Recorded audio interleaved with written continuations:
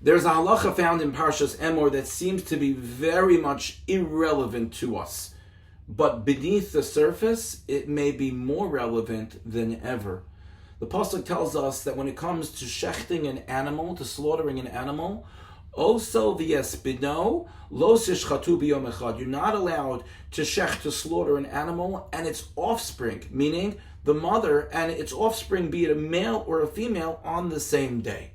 Simple explanation would seem, based on the Mefarshim, that it's tzar balei chayim. We're causing the animal suffering if it sees its offspring being shechted. So you can't shecht both on the same day.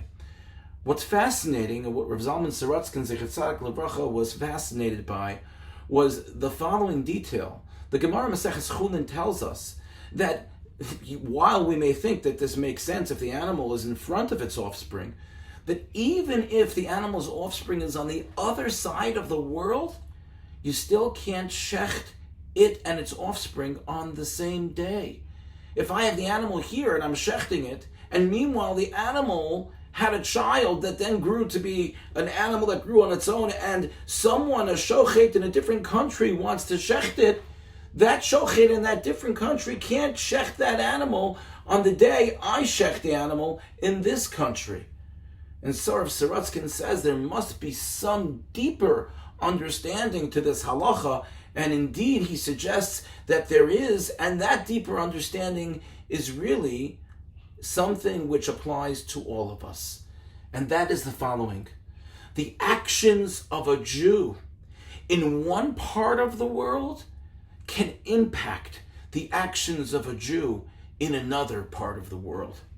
That at its core, this is a lesson in unity, in achdus, in togetherness, in connection of the Jewish people. We have seen over the course of the last 7 months that there have been things that many of us may not have agreed upon, and may have been a great deal of distance between us on October 6th.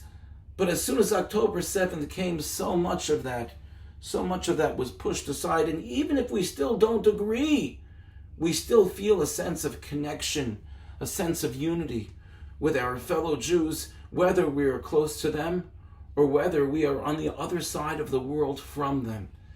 And that we need to continue to keep that feeling of connection with them alive each and every day as we think about them, as they think about us. The unity of Klal Yisrael is critical, certainly during this difficult period, but always in the eyes of the Ribono Shel Olam.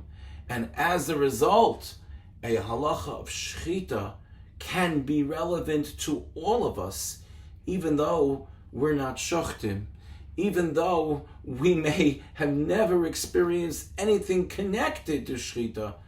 The unity is something that we can learn and something that we can apply to our lives. Thank you for listening, and have a good Shabbos.